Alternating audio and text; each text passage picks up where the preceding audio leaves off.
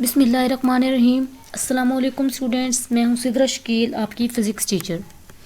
आज हम स्टार्ट कर रहे हैं बेटा चैप्टर नंबर 1 मेजरमेंट्स। मेजरमेंट्स हमें सब पता है कि मेजरमेंट्स क्या होती हैं, पैमाइश।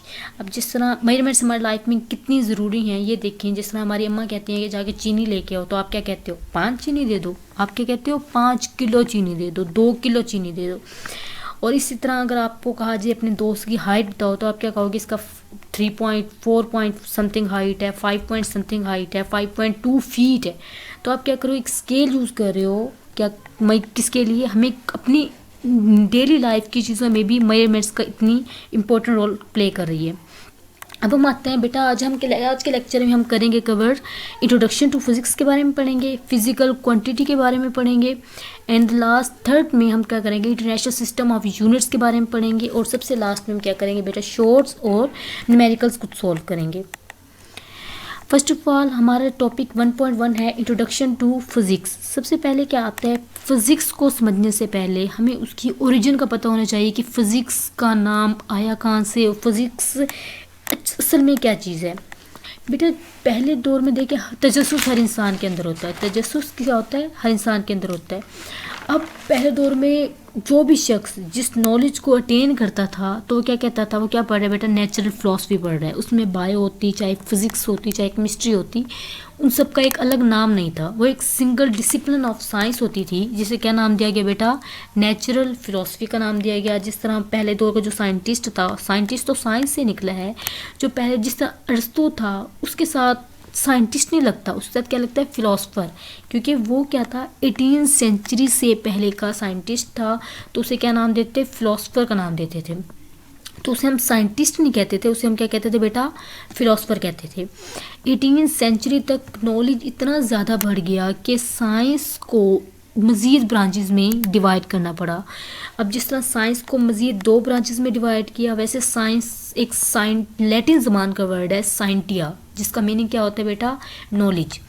अब साइंस को मज़ीद कौन सी ब्रांचेस में डिवाइड किया? एक बायोलॉजिकल साइंसेज में, एक फिजिकल साइंसेज में। बायोलॉजिकल साइंसेज, इसके नाम से ही वाज़ेह हो रहा है जैसे बेटा bio means life, the study about living things is called biological sciences. Living things की स्टडी क्या होती है बेटा? Biological sciences. इसमें जोलॉजी, बॉटनी, ईटीसी, माइक्रोबायोलॉजी, इसकी स्टडी शामिल हो जाती है। जो लिविंग थिंग्स है, प्लांट्स, एनिमल्स की स्टडी हो जाती है बेटा। और फिजिकल साइंसेज क्या होती हैं? The study about non living things is called physical sciences. Physical sciences को मज़ीद 4 ब्रांचेस में डिवाइड किया। कौन कौन सी ब्रांचेस थी बेटा? वो physics, chemistry, geology and astronomy. अब हम सबको पता है केमिस्ट्री क्या होती है। केमिस्ट्री केमिकल्स की स्टडी के बारे में होती है, तो उसको हमने केमिस्ट्री का नाम दे दिया। जियो का मतलब पता है आप सबको? जियो क्या होती है? अर्थ की स्टडी के बारे में। तो जो अर्थ की स्टडी होती है उसे क्या नाम दिया बेटा? जियोलॉजी का नाम दे दिया गया। एस्ट्रोनॉमी होती है, जो स्टार्स की स्टडी होती है, उसको क्या नाम दे दिया गया बेटा? एस्ट्रोनॉमी का नाम दे दिया गया। अब हम आते हैं अपने मेन टॉपिक फिजिक्स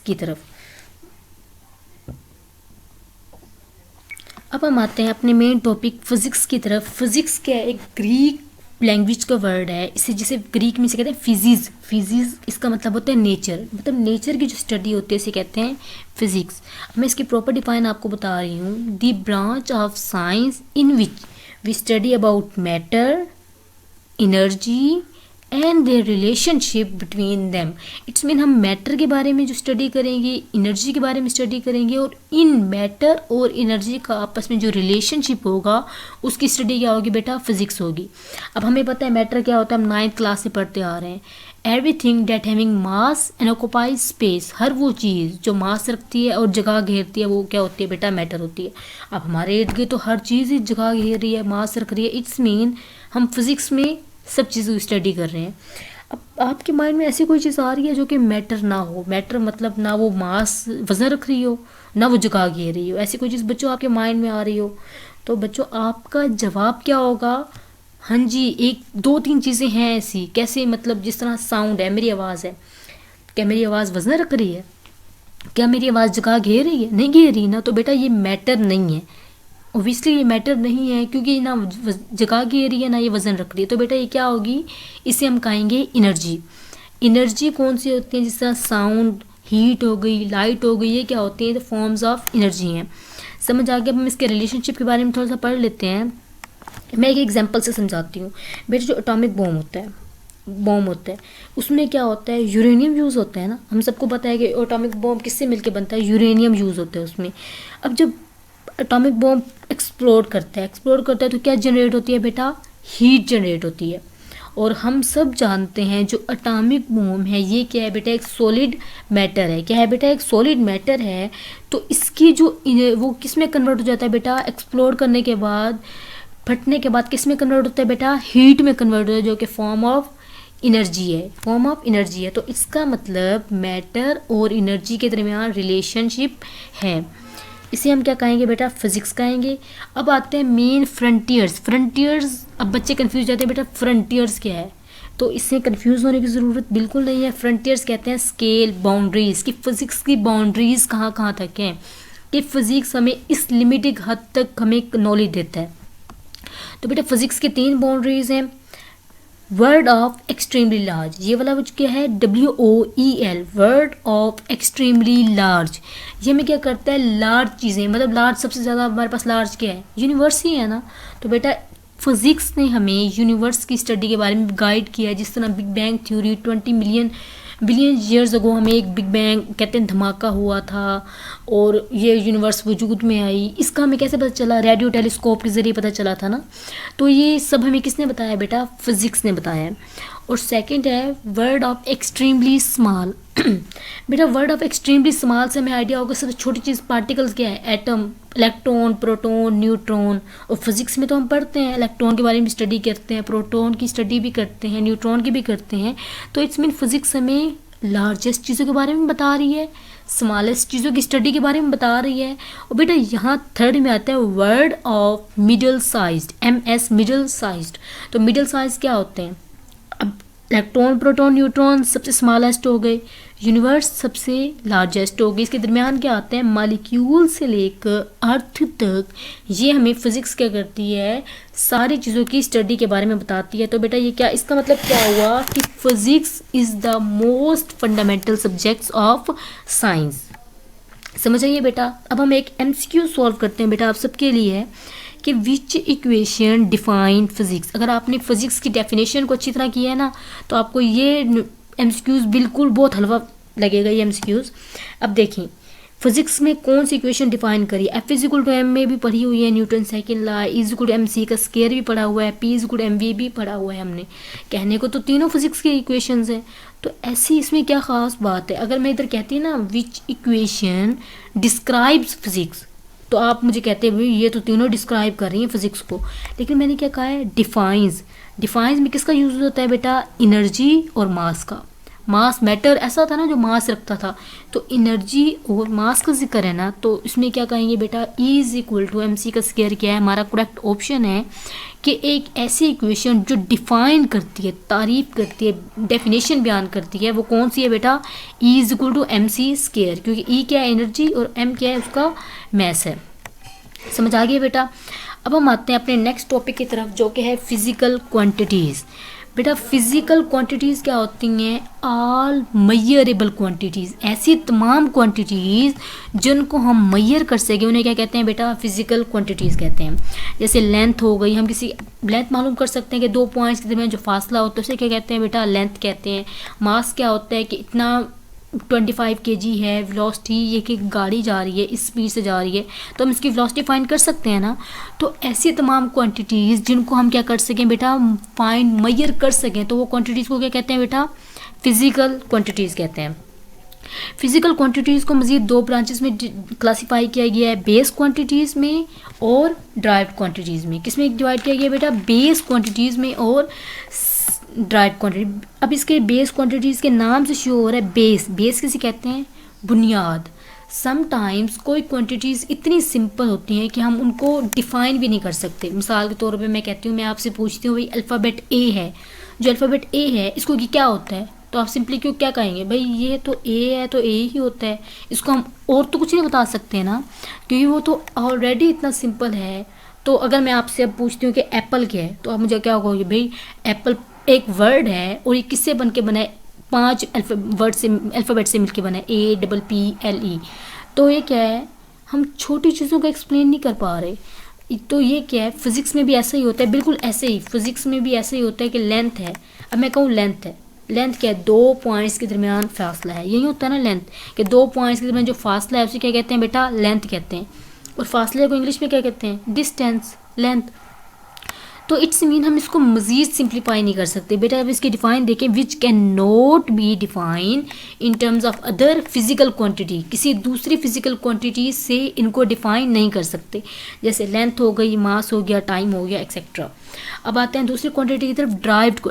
अब ड्राइव से शो हो रहा है कि ना किसी न किसी से ड्राइव हुई है, निकली है, तो ये क्या है, which can be define in terms of other physical quantities. हम क्या कर सकते हैं, इनको दूसरी फिजिकल क्वांटिटीज़ से एक्सप्लेन कर सकते हैं। जिस तरह एग्जांपल हो गई, वेलोसिटी हो गई, एक्सेलरेशन हो गया, फोर्स हो गया। तो ये क्या होते हैं बेटा, जिस तरह फोर्स है, अब फोर्स क्या है, मास फिजिकल एम में होता है ना, तो ये क्या है, किसी ड्राइव निकली है, मास से, बेस क्वांटिटी से ड्राइव हो रही है। तो हम क्या करेंगे, अब इसको मज़ीद एक्सप्लेन करेंगे नेक्स्ट में। अब ये क्वेश्चन अराइज होता है कि हमें सिस्टम इंटरनेशनल यूनिट्स की ज़रूरत क्यों पड़ी।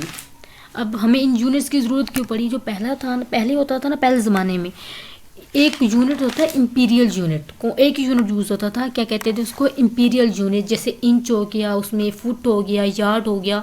अब बेटा एक फिंगर है, एक फिंगर के तीन पार्ट्स होते हैं, जो फर्स्ट पार्ट होता है ना, एक पार्ट होता है, एक हिस्सा होता है, उसे कहते हैं बेटा 1 इंच, और वो हर इंसान का डिफरेंट होता है। और जो फुट है वो 1 पाँव होता है, तो एक फुट है वो भी क्या होता है, हर इंसान का डिफरेंट होता है। हमारे जो बाजू है, पूरा आर्म है, इसकी जो लंबाई होती थी इसे कहते थे 1 यार्ड। तो क्या होता था, बहुत ज़्यादा कन्फ्यूजन हो जाती थी, हर इंसान का डिफरेंट इंच, डिफरेंट फुट और डिफरेंट यार्ड होता है। यार तुम लोग चुप नहीं कर सकते। क्या करते हैं, एक यार्ड कपड़ा चाहिए, तो वो क्या करते थे, किसी छोटे बच्चे को खड़ा के, तो उसकी तो लंबाई कम होती है लेंथ की। तो इसी तरह बहुत ज़्यादा कन्फ्यूजन हुई थी, जिसकी वजह से एक 1960 में एक कमेटी बैठी थी, मतलब एक गोल मेज कॉन्फ्रेंस हुई थी। वो इदारे का नाम क्या था, general conference of weights and measures, एक इदारा था जिसने क्या 1960 में गोल मेज कॉन्फ्रेंस की थी। और उसमें उन्होंने कुछ यूनिट्स बताए थे, उनको क्या नाम दिया, बेस यूनिट्स, ड्राइव यूनिट्स और सप्लीमेंट्री यूनिट्स। कुछ यूनिट्स बताए थे, और जो कहते हैं उनको नाम दिया गया सिस्टम इंटरनेशनल यूनिट्स का नाम दिया गया। अब जहाँ ऑल राउंड द वर्ल्ड जो कंट्री है, जिसमें यही बेस यूनिट यही चलते हैं कि लेंथ में होता है, किलोमीटर में होता है, डिस्टेंस वगैरह होता है जो। तो बेस यूनिट्स कौन से होते हैं बेटा, the units that are drive from base quantities, base quantities से जो ड्राइव हुए हैं उनको क्या कहते हैं बेटा, बेस यूनिट्स कहते हैं। इनकी डिफाइन आप अच्छी तरह कर लेना बेटा। ड्राइव यूनिट्स कौन होते हैं, ऐसे यूनिट्स जो कि ड्राइव होते हैं from base and supplementary units से ड्राइव होते हैं। और सप्लीमेंट्री यूनिट्स क्या होते हैं, सप्लीमेंट्री का मीन यूज होता है जियोमेट्रिकल यूनिट्स में। जियोमेट्री किस लिए होती है, एंगल्स में होती है, एंगल्स में होती हैं। तो एंगल्स में के लिए कुछ एक स्पेसिफिकेशंस नहीं आई थी साइंटिस्ट की तरफ से, तो क्या उनको हम बेस में डालें या ड्राइव में डालें, तो उन्होंने एक अलग एक यूनिट बना लिया था, उसको क्या नाम दिया बेटा, सप्लीमेंट्री यूनिट्स का नाम दिया था। यहाँ आपको स्क्रीन पे कुछ बेस यूनिट्स और का टेबल नजर आ रहा होगा बेटा, आपने इसको अच्छी तरह याद कर लेना है। ये फिजिकल क्वांटिटी थी ना, length, mass, time, electric current, thermodynamic, temperature, intensity of light and amount of substance, ये क्या है हमारे पास फिजिकल क्वांटिटी हैं, बेस क्वांटिटीज़ जिसे कहते हैं। ये हमारे पास क्या है बेटा, बेस क्वांटिटी हैं, और इनके सिस्टम इंटरनेशनल यूनिट्स यही हैं जो ऑल अराउंड द वर्ल्ड अब यही यूज़ हो रहे हैं। जिस तरह बेटा लेंथ है, लेंथ का यूनिट क्या होता है बेटा, मीटर होता है। प्रीफिक्सेस में आ जाता है किलोमीटर, प्रीफिक्स में आ जाता है किलोमीटर। इसके प्रीफिक्सेस याद नहीं करने, आपने क्या करना है, इनके सिस्टम इंटरनेशनल यूनिट्स ही याद रखने हैं। लेंथ का कितना होता है बेटा, मीटर होता है यूनिट, मैस का किलोग्राम, टाइम का सेकंड, करंट का कितना होता है बेटा, एम्पेयर में होता है, टेम्परेचर को इसमें लेते हैं बेटा केल्विन, इस सिस्टम इंटरनेशनल यूनिट है। लाइट किसका होता है बेटा, कैंडेला का होता है। और अमाउंट ऑफ सब्सटेंस के लिए हम क्या यूज़ करते हैं बेटा, मोल यूज़ करते हैं। इसी तरह बात हैं सप्लीमेंट्री यूनिट्स की तरफ। सप्लीमेंट्री यूनिट्स कौन से होते हैं बेटा, सप्लीमेंट्री यूनिट्स में मैंने कहा एंगल्स के बारे में होते हैं। तो कौन से एंगल्स हैं बेटा, 2 एंगल हैं। कौन कौन से, एक सॉलिड एंगल हो गया, एक कौन से हो गए, प्लेन एंगल हो गया। जो प्लेन एंगल होता है उसे हम कैसे डिफाइन करेंगे बेटा, प्लेन एंगल जो 2 डायमेंशनल एंगल होता है, 2 डायमेंशनल, जिसका एक्स एक्सिस हो, वाई एक्सिस हो। मतलब अब मैं आपको इस जो रेडियन है को एक डिफाइन करती हूँ एक सर्कल से। जैसे इमेजिन करें ये एक सर्कल है, ये देखिए, इमेजिन करें ये क्या है बेटा, एक सर्कल है और मैं सेंटर से एक लाइन ड्रॉ करती हूँ बेटा सरकमफ्रेंस तक। क्या करती हूँ बेटा, एक सेंटर से लाइन ड्रॉ करती हूँ सरकमफ्रेंस तक, और इस लाइन को हम क्या बोलते हैं बेटा, आर, इसको रेडियस बोलते हैं, रेडियस बोलते हैं ना। तो मैंने क्या किया, इस रेडियस को आर का नाम दे दिया। इसी तरह पूरे एक सर्कल के सारे रेडियस आपस में बराबर होते हैं। ये हम सब जानते हैं कि एक सर्कल के जो यहाँ से हम ले लें, यहाँ से ले लें, क्या करेंगे, पूरे रेडियस क्या होते हैं, आपस में बराबर होते हैं। अब इस सर्कल का जो ये जो पार्ट हो रहा है, ये कट कर रहा है, जो पार्ट कट कर रहा है, ये पूरे सर्कल फ्रेंस का जो हाफ से भी कम हिस्सा आया है, इसे हम बेटा क्या कहते हैं, आर्क कहते हैं। क्या कहते हैं, आर्क कहते हैं। और इस लेंथ को क्या कहते हैं बेटा, आर्क लेंथ कहते हैं। समझ आ रही है बेटा, इस पूरी लेंथ को क्या कहते हैं, आर्क लेंथ कहते हैं, जो दो रेडियस के दरमियान में आ रही है। जो क्या आ रही है बेटा, दो रेडियस के दरमियान में आ रही है, उसे क्या कहते हैं बेटा, आर्क लेंथ। बात बड़ी सिंपल सी है, अगर मैं आर्क लेंथ ज़्यादा कर रही हूँ, इसकी लेंथ ज़्यादा कर रही हूँ, तो रेडियस बढ़ेगा ना, एंगल बढ़ जाएगा। समझ आ रही है, अगर मैं रेडियस बढ़ा रही हूँ तो एंगल भी सिंपल सी बात है बढ़ेगा। और अगर मैं एंगल इसका कम कर रही हूँ तो अब इनका क्या होगा, इनका रेडियस क्या होगा, वो भी कम हो जाएगा।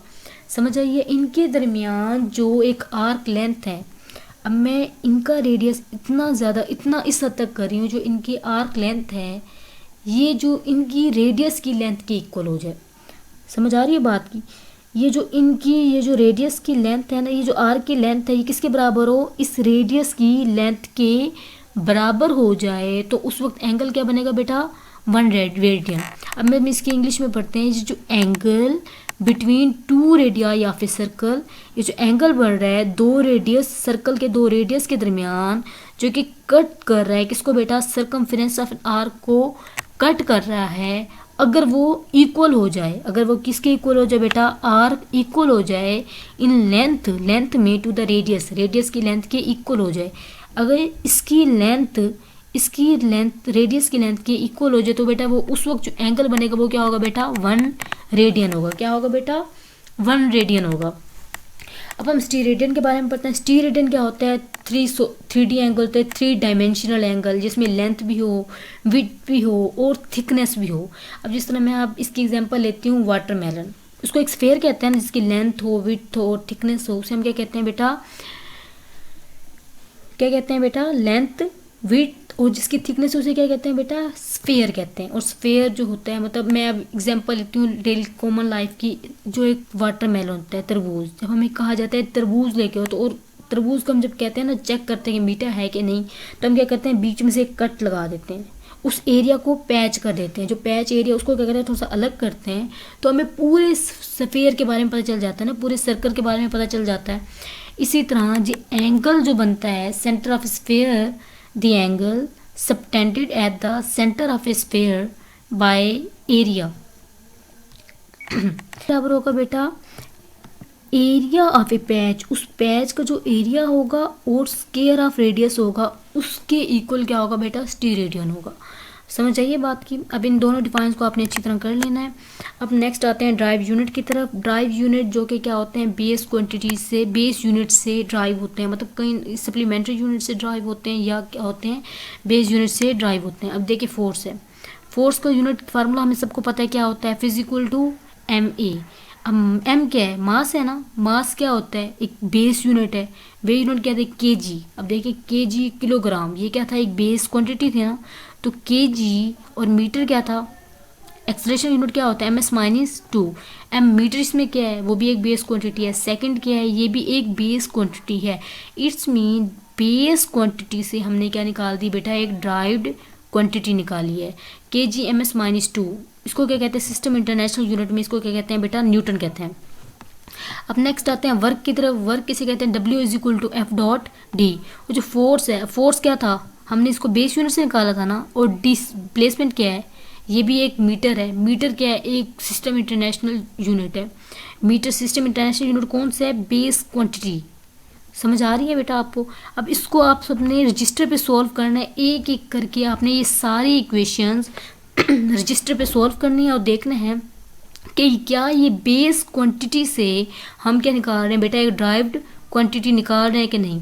जिस तरह पावर हो गई, पावर किसके बराबर होती है बेटा, work over time, work over time के बराबर होती है ना। तो वर्क क्या है, एक हमने इसको बेस क्वांटिटी से निकाला है, टाइम क्या है, इसका यूनिट क्या होता है बेटा, सेकंड होता है। इन सबको आपने सॉल्व करना है और रजिस्टर पे सॉल्व करके अच्छी तरह याद करना है बेटा आपने। अब हम आते हैं नेक्स्ट शॉर्ट क्वेश्चंस की तरफ। बेटा आप सब अपनी बुक्स ओपन कर लें। बुक्स में क्वेश्चन नंबर एक्सरसाइज का क्वेश्चन नंबर 1 देखें। उन्होंने पूछा हुआ है कि ऐसे कौन से रिपीटेटिव फिनोमिना बताएं नेचर में जो होते हैं जो कि रीजनेबल टाइम स्टैंडर्ड होते हैं। बेटा सबसे पहले तो हमें रिपीटेटिव फिनोमिना के बारे में पता होना चाहिए होता क्या है। ऐसे फिनोमिना जो अपने हर इक्वल इंटरवल के टाइम बाद क्या करते हैं, अपने आप को रिपीट करते हैं। जिस तरह एटम्स की वाइब्रेशन होती है क्रिस्टल लैटिस में, वो क्या करेगी, अपने आप को रिपीट करेगी। जो सूरज का ग्रूव होता है, तुलू होता है, ये भी एक इक्वल इंटरवल्स ऑफ टाइम के बाद ही होता है ना, मतलब एक तो नहीं ऐसे अचानक सूरज ग्रूव हो गया, तुलू हो गया। और जो रोटेशन ऑफ अर्थ है अपने एक्सिस के दौरान, अपने एक्सिस के अराउंड जो रोटेशन करती है अर्थ, वो भी क्या होती है, एक इक्वल इंटरवल्स ऑफ टाइम है।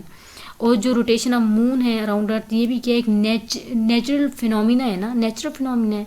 तो बेटा आपने ये 4 एग्जांपल लिख लेनी है, ये आपका 2 नंबर का शॉर्ट कंप्लीट हो जाएगा। और नेक्स्ट शॉर्ट हमें दिया हुआ है, give the drawbacks to use the period of a pendulum. कहते हैं जो सिंपल पेंडुलम है उसको हम टाइम स्टैंडर्ड के तौर पे यूज़ क्यों नहीं कर सकते। तो क्यों नहीं यूज़ कर सकते बेटा, क्योंकि हमें सिंपल पेंडुलम का फार्मूला पता है ना, T=2πL/g। हमने 9th-10th में पढ़ा हुआ है बेटा। अब देखें इसमें क्या यूज़ हो रहा है, एक लेंथ है एक जी है। अब जो लेंथ है ये क्या करता है, ये भी चेंज होता है। और जो जी है, जी की वैल्यू है the time period of pendulum varies with G की वैल्यू के साथ क्या होता है बेटा, चेंज होता है। और जो जी है इसके क्या है, हाइट के अकॉर्डिंग। जब मतलब हम पहाड़ी इलाके में हैं वहाँ पे क्या होगा बेटा, सिंपल पेंडुलम की वैल्यू डिफरेंट होगी। और अगर हम जिस तरह लेंथ देख लें, लेंथ चेंज होती है टेम्परेचर के लिहाज से। अगर हम एक सर्द इलाके में होंगे और एक ठंडे इलाके लेंगे, दोनों के सिंपल पेंडुलम का अगर हम कंपैरिजन करेंगे तो बहुत मुश्किल हो जाएगा। इनका टाइम स्टैंडर्ड एक टाइम में ये पेंडुलम नहीं होगा, सही टाइम स्टैंडर्ड हमें नहीं देगा। तो थर्ड क्वेश्चन बेटा हमारे पास है, why do we find it useful to have 2 units for the amount of substance. कहते हैं किसी भी सब्सटेंस की अमाउंट को फाइंड करने के लिए ना हम 2 यूनिट्स यूज़ कर रहे हैं।